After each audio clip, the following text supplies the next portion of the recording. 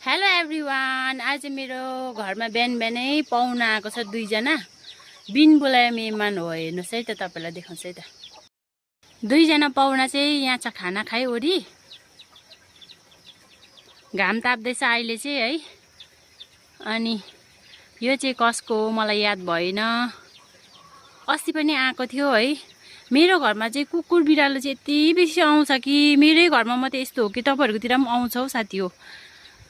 अब सुँगुर पाठा हो भए पनि यसरी छोड्थेन होला है, मालिक आइपुग्थ्यो होला।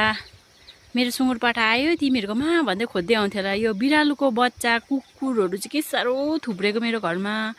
अनि मलाई बिरालोसँग नफरत चाहिँ छैन कि, माया लाग्छ, जनावर हो एउटा बिचरा है।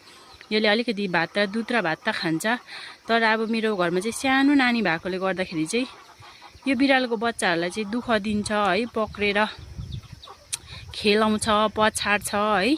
जो कसको पनि हो यो बिरालोको बच्चा चाहिँ तपाईँहरू दया गरेर ल्याउन आइदिनु होला है।